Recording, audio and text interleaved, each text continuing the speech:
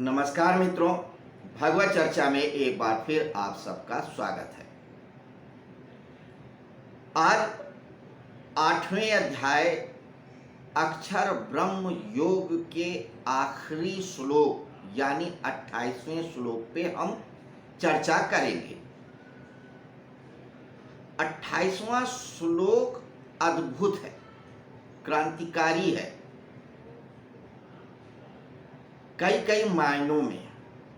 ये अलग बात है कि इससे भी ज़्यादा जानकारी वाली और ज्ञान वाली बातें पिछले श्लोकों में कही गई हैं, लेकिन बावजूद इसके ये बिल्कुल हट के श्लोक है। ये इस अध्याय का कंगूरा है। पूरी नींव खड़ा होने के बाद एक कंगूरा लगाया है। जिस्ट जो वो समझ गया वो पार उतर गया। तो आइए भूमिका न बना करके सीधे हम श्लोक पे चलते हैं। श्लोक क्या कहता है? इस 8वें अध्याय का 28वां श्लोक भगवान श्री कृष्ण कहते हैं, वेदेषु यज्ञेषु तपसु च एव दानेषु यत् पुण्य फलम प्रतिष्ठम अत्येति तत्सर्वमिदं विदित्वा योगी परम स्थानम उपैति चाद्यम। हिंदी में अर्थ समझ लें, क्योंकि बहुत से दर्शक संस्कृत नहीं समझ पाते हैं। ये विडंबना है कि भारत की मुख्य भाषा संस्कृत रही हो और संस्कृत ही भूल चुके हैं हम लोग, और संस्कृत ही नहीं संस्कृति भी भूल चुके हैं। ये एक अलग विषय है। फिलहाल अपने विषय पे ही रहे, विषयांतर ना हो। तो इस श्लोक का अर्थ है हिंदी में योगी। बाबा राम सुखदास यहाँ पे योगी की जगह भक्त का अर्थ लेते हैं, लेकिन भगवत गीता में योगी शब्द है।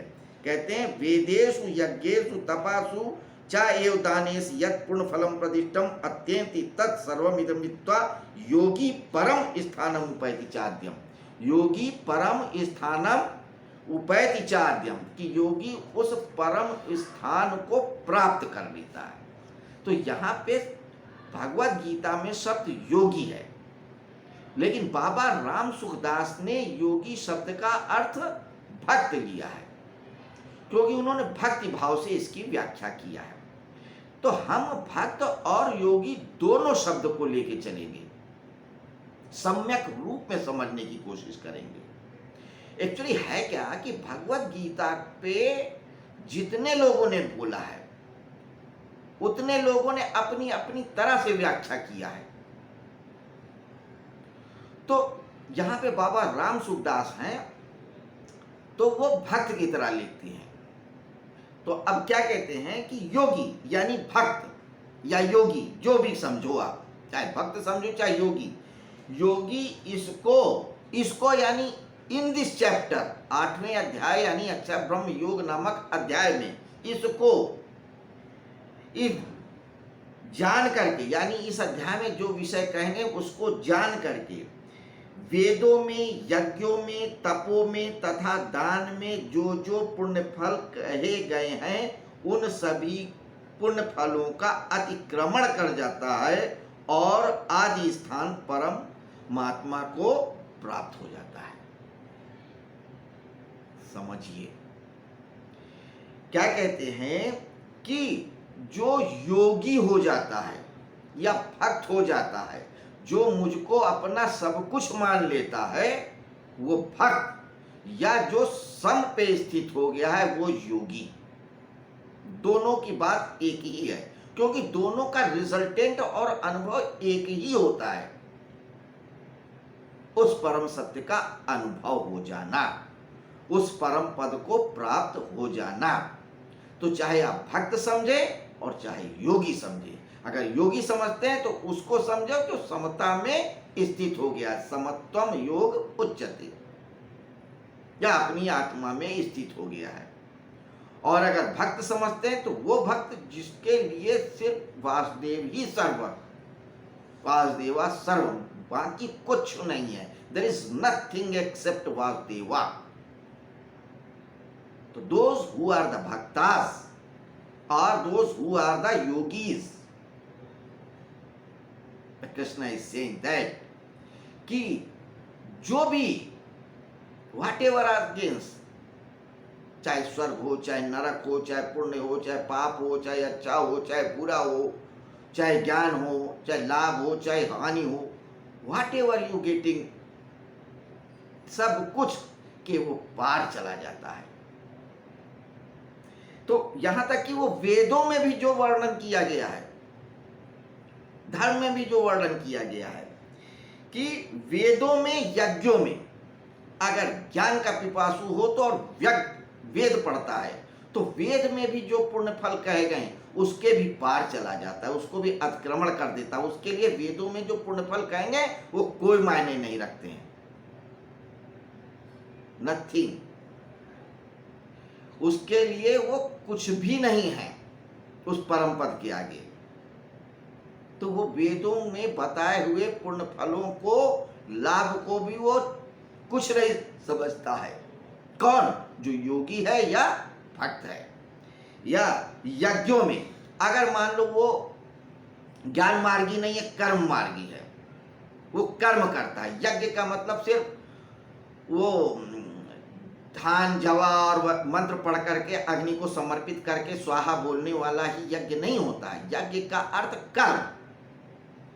शास्त्रों और धर्म पुस्तकों में, समाज की पुस्तकों में, नियम कायदे कानून में जो कर्म करना व्यक्ति का कर्तव्य है वो सभी यज्ञ है। तो जो कर्म योगी हैं और चाहे जो यज्ञ करते हूं, ये सोच के करते हूं कि मैं ये कर्म करूंगा तो ये मुझको ये फल मिलेगा, लोग मेरा सम्मान करेगा, मुझे मरने के बाद स्वर्ग मिलेगा, मुझे ये मिलेगा, मुझे वो मिलेगा, मेरा व्यवसाय बढ़ेगा, मेरा जय जयकार होगी, वो सब के पार चला जाता है। कौन? जो योगी है, जो भक्त है। तपों में, और सपोज कोई ऐसा व्यक्ति है उसे यज्ञ में कोई रुचि नहीं और ज्ञान की पुस्तकों में कोई रुचि नहीं है, उसे तप संकल्पवान है, तप करता है, एक पैर पे खड़ा रहता है सालों साल, या एक जो है आसन में रह जाता है, या एक ही अन्न खा के रह जाता है जीवन, या जीवन भर जो है सिर्फ हवा पी करके रह जाता है।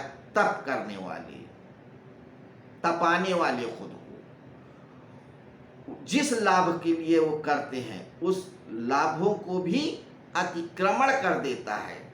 वो कहता है जो योगी है, भक्त है, कि इसका कोई अर्थ नहीं है कि आप सालों साल एक पैर पे खड़े हो, या एक हाथ उठा के खड़े हो, या कांटे पे लेटे हो, या जीवन भर निर्जला व्रत रह रहे हो, या अपने शरीर के ऊपर दूब उगा लेते हो, कुछ कर लेते हो। ये सारे तप, तपाने वाले तपों के बाद जो मिलता है उस सब में भी उसका कोई रस नहीं है,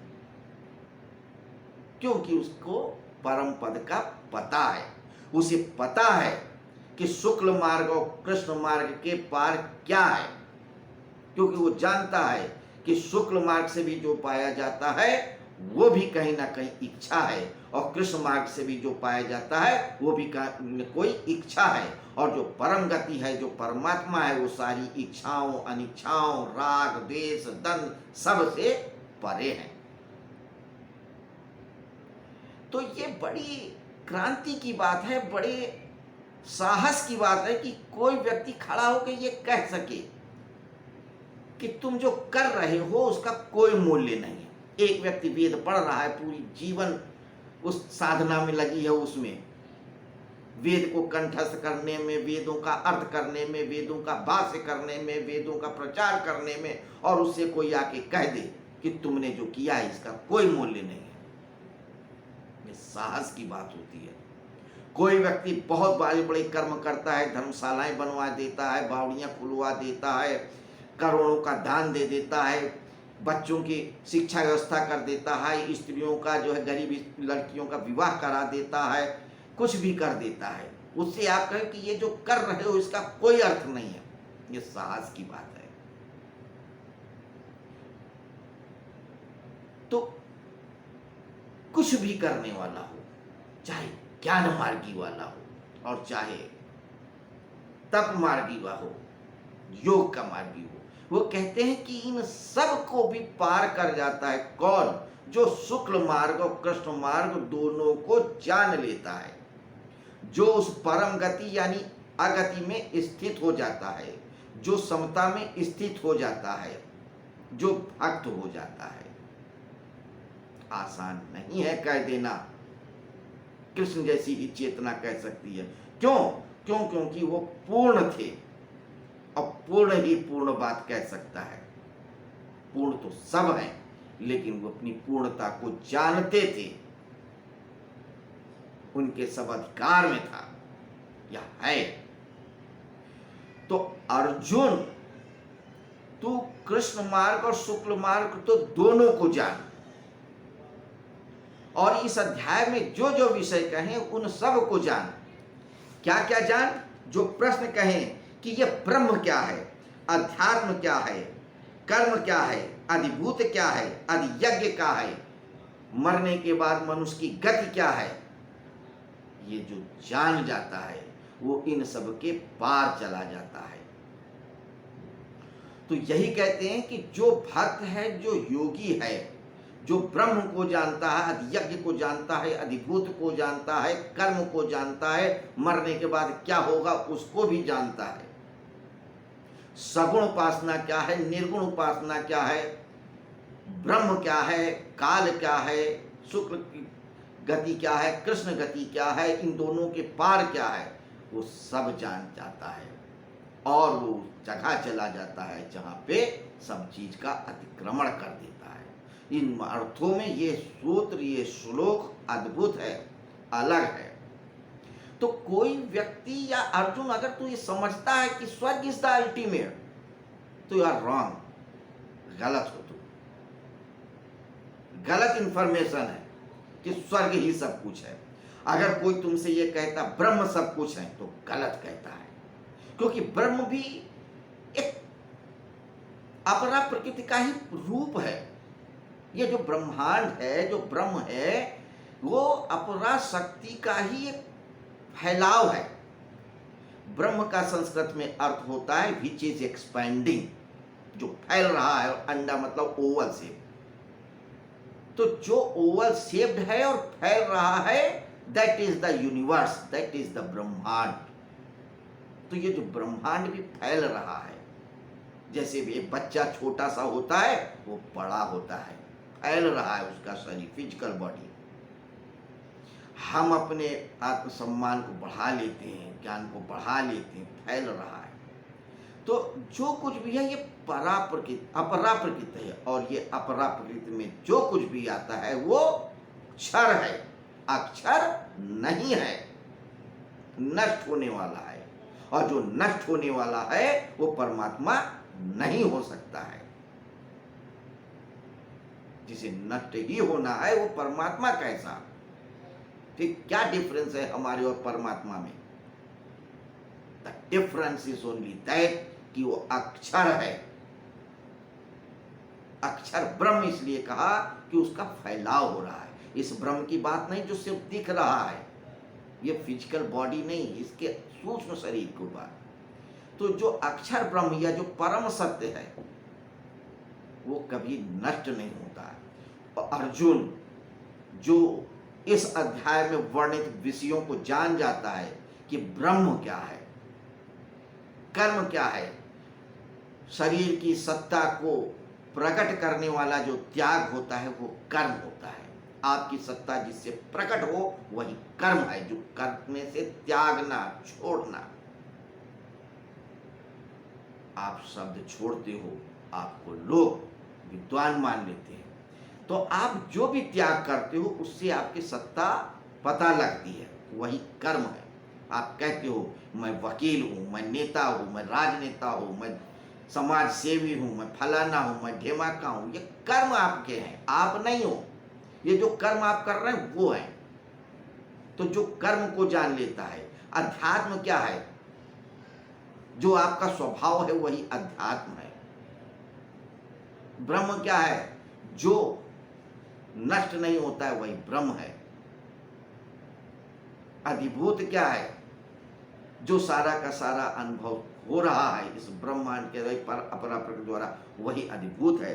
तो जो इस सबको जान लेता है, जो सगुण और निर्गुण को जान लेता है, जो सिर्फ ब्रह्म ही सत्य है, जिसकी उपासना वो अपनी सारी इंद्रियों को एकत्र करके और मन को भी बुद्धि में समाहित करके, फिर मन बुद्धि अहंकार को आत्मा में स्थित करता है और अपनी प्राणवायु को ब्रह्म से निकालता है, ऊपर से ब्रह्मांड से, वो ब्रह्म में स्थित हो जाता है, उस परम सत्य में स्थित हो जाता है, जहां के बाद कोई गति नहीं है। तो यहां पे फिर से आप श्लोक को देखिए, 28वें श्लोक को। कारण क्या है कि ये बहुत महत्वपूर्ण श्लोक है। ये श्लोक सिर्फ सुनकर, एक कान से सुन के दूसरे कान से निकाल देने वाले श्लोक हैं ही नहीं है। ये कोई अदनान सामी की गजल नहीं है, या कोई भजन नहीं है अनूप जलोटा की सुनाओ, थोड़ी देर मुंडी हिलाई, सिर हिलाया और खुश होकर के चले गए। ये तो भजन है, ये श्लोक चाकू है जो आपके जन्मों जन्मों के मैल को काट देता है, कष्ट भी होता है। तो ये जो श्लोक है ये बहुत कुछ सिखा सकता है, लेकिन आपको मन लगाना पड़ेगा, मनन करना होगा, चिंतन करना होगा, निधि ध्यासन करना होगा, तब अर्थ खुलेंगे। तो मित्रों, ये 28 श्लोकों का ये 8वां अध्याय यहाँ पे अभी समाप्त होता है। एक छोटी सी चर्चा हमने किया, कल हम नए अध्याय पे लें, लेकिन उसके पहले हम एक बार अगर मौका मिला तो इस अध्याय पे फिर से चर्चा करेंगे, क्योंकि यह अध्याय बहुत महत्वपूर्ण है। अगर चर्चा नहीं भी हो पाते तो इस अध्याय के जितने भी वीडियोस हैं, आप लोगों को अच्छा लगता है तो एक बार रिव्यू करके जरूर देखिएगा। और वीडियो देखने से बेहतर है कि आप स्वयं भगवद गीता उठाएं, एक एक श्लोक पढ़ें, अध्ययन करें, मनन करें, चिंतन करें। है तो मित्रों, आज की वार्ता अब यहीं समाप्त करते हैं। कल फिर मिलते हैं एक नए अध्याय के साथ, नए श्लोक के साथ, नए तरीके से चर्चा करने के लिए। नमस्कार, शुभ रात्रि।